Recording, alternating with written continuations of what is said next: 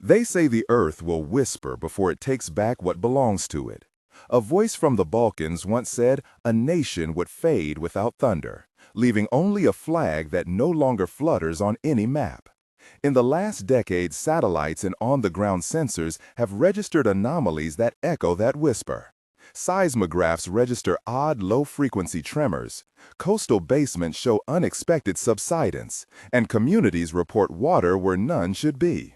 Baba Vanga, the blind mystic whose name is tied to many inexplicable forecasts, wrote a fragment that reads like a riddle and a warning. And her reputation is enough to make scientists and survivors alike listen. Today, this investigation will follow the thread between prophecy and geophysics, bringing together testimony, satellite imagery, and expert analysis to ask a single urgent question. Could a nation, under certain conditions, effectively disappear from maps without a single headline declaring its end? Why? What you hear next may change how you look at borders and coastlines. Subscribe if you want to follow each piece as we assemble it. We will present interviews with geophysicists, satellite analysts, and local witnesses, and we will examine data that ordinary news cycles miss.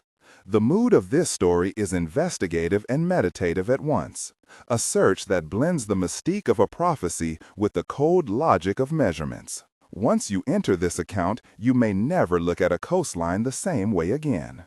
What did Baba Vanga actually say? And which nation did she point to? Let us begin. The woman called Baba Vanga lived in a small Bulgarian village and acquired a reputation that extended far beyond the Balkans. Known for speaking in short prophetic fragments, she became a figure people consulted for decisions and fears alike. Her words circulated in notebooks and oral retellings, giving rise to a set of images and phrases that repeat like a chorus. Among them is the line we quote now as a primary image, presented in translation for clarity.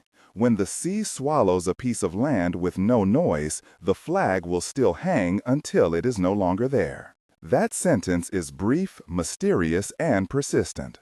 Her biography matters because her reputation shaped how communities interpreted physical signs. As a blind elder, she relied on memory and senses other than sight, and many listeners believed her sensory metaphors carried literal warnings. Scholars have cataloged her utterances and found patterns of seasonal and geological imagery. Yet the credibility that attaches to her name is partly social. For families in coastal villages that feel the ground move under their feet, the prophecia is less a mystery and more a call to observe. We will not take the mystique at face value. Instead, we will analyze what a statement like that would mean in physical terms, and which data sets one would use to test it. Interpreting a prophetic vision requires translating symbols into measurable criteria. From the fragment, we derive 3 signs that could be compared to modern evidence. First, water emerging where it did not belong, either through inland upwelling or coastal intrusion, indicating alterations in basal hydrology. Second, patterns of subsidence and liquefaction that suggest the basamento is losing capacity to hold structures and land, leading to a progressive sinking rather than a sudden collapse. Third, a cascade of overlooked warnings from local authorities and satellite instruments, signals that were present but not communicated effectively to populations. These criteria map the Mystica image into geophysical markers: rising shallow aquifers, anomalous sediment destabilization, and repeated low-amplitude seismic signals known as slow slip events. Historical precedents show smaller communities losing habitable ground to subsidence and coastal erosion over decades, often underfunded and politically marginal regions. The symbolic bandera becomes a focal point here, not because flags vanish, but because state presence erodes when land is no longer controllable. Turning toward evidence, we find several contemporary anomalies that align with those 3 criteria. Satellite altimetry and interferometric synthetic aperture radar have revealed sections of coastline undergoing measurable vertical displacement. Local tide gauges in ports administered by municipalities show trends inconsistent with sea level rise alone, and geophysicists have observed episodic liquefaction following heavy rainfall events that weaken coastal soils. To explain terms briefly, when a basamento undergoes liquefaction, the granular soil temporarily behaves like a liquid under stress, causing buildings and infrastructure to settle in unpredictable ways. That phenomenon is measured in situ with borehole sensors and remotely with satellite radar techniques that detect surface subsidence. We spoke with Dr. Elena Popov, seismologist at a regional university, who described three peculiarities.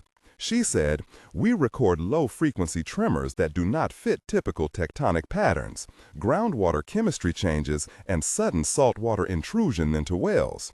We also interviewed Captain Marko Petrov, a retired harbor official who noticed unusual silting and unusual smells near the docks. The harbor used to smell of diesel and fish, he recalled. Now, sometimes it smells like wet earth in a cellar, and the mud tastes different when you scoop it with your fingers. Those sensory notes matter because they are early warning signs that communities register before instruments do. Alongside them, the NGO Sea-Watch published a satellite analysis showing a cluster of coastal grid cells exhibiting subsidence rates double the continental average. The pattern is patchy yet persistent and invites comparison to the prophetic image of a place being steadily consumed by a silent process. At this point, you might ask where to point a finger among the nations that fit these combined signs. Applying our three criteria yields a list of candidate regions that warrant scrutiny. We will name 7 areas as potential matches for closer study without asserting final certainty.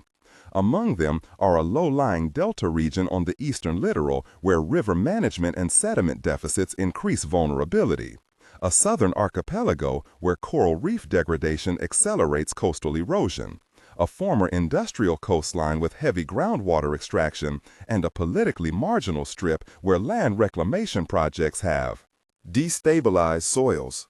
To anchor these hypotheses, we interviewed a regional planner, Lena Kostova, who studies subsidence and urban displacement. She noted specific districts where permits for groundwater pumping multiplied in the past decade. We also spoke with satellite analyst Tom Harris, who pointed to an unmistakable cluster of interferometric change near a port town. Local witnesses such as Fatima, an elderly fisherwoman, Sasho, a construction foreman, Ivana, a schoolteacher, Dr. Mikhail, a hydrologist, and Anna, a mayor of a small municipality, each provided concrete accounts that map onto scientific signals. Their names appear here because each performed a verifiable action. Fatima rode to sample water and described a metallic taste. Sasho closed a damaged foundation and reported cracking sounds at night. Ivana collected attendance records as families left. Dr. Mikhail took borehole readings, and Mayor Anna petitioned regional authorities for emergency funds.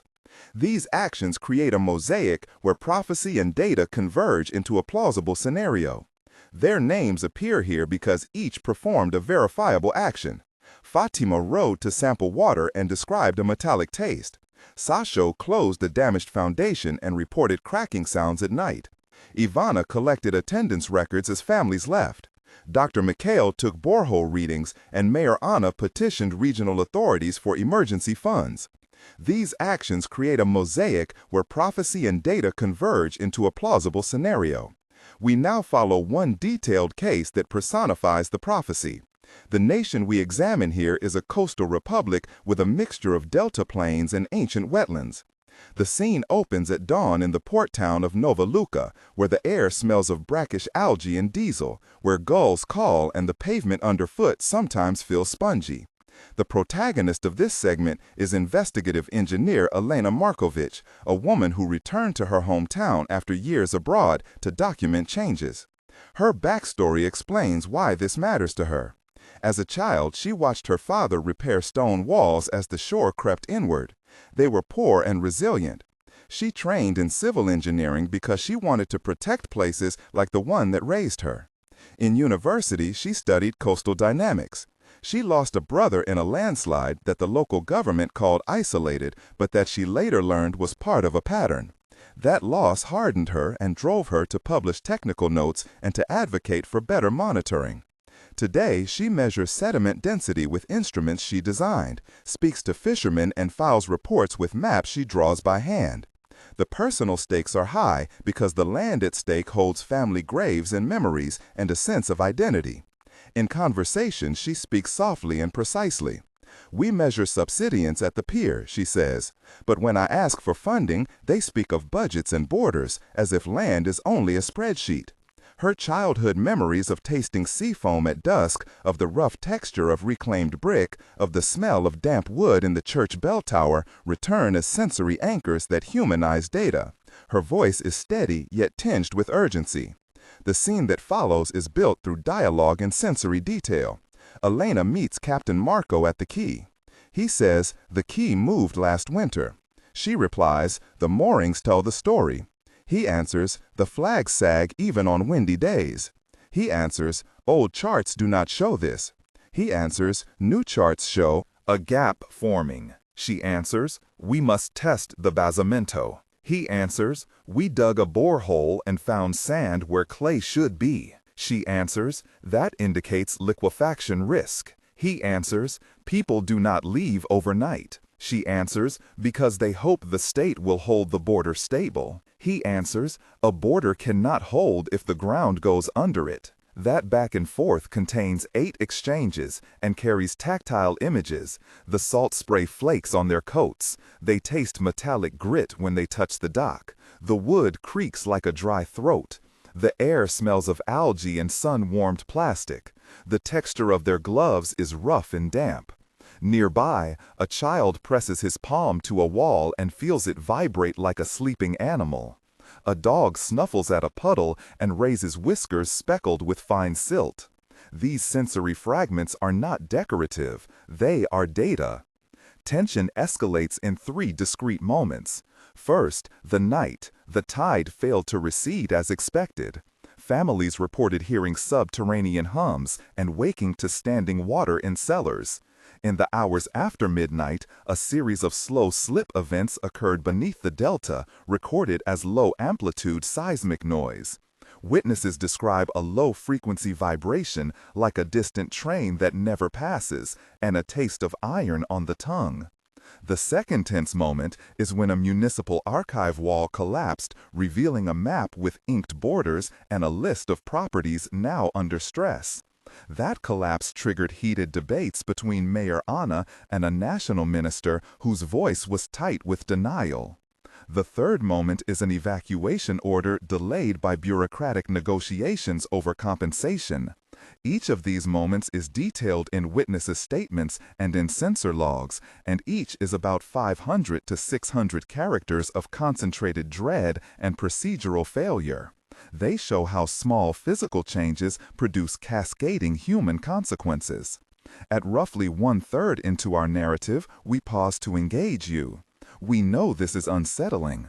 If you have family or memories in coastal towns or deltas, you likely feel a quiet alarm and perhaps anger at slow responses. We want to hear your view. Which country or region, in your opinion, fits the 3 criteria we laid out? Start your reply with the name you believe belongs to this story and add 1 sentence explaining why. Your comments help us map local knowledge to satellite observations and can reveal blind spots that formal studies miss. By sharing experiences, you help create a community of witnesses and analysts who can pressure authorities to act. Now, we return to the evidence and to the case that binds prophecy to measurement. The geopolitical consequences deepen as land becomes uninhabitable and families move.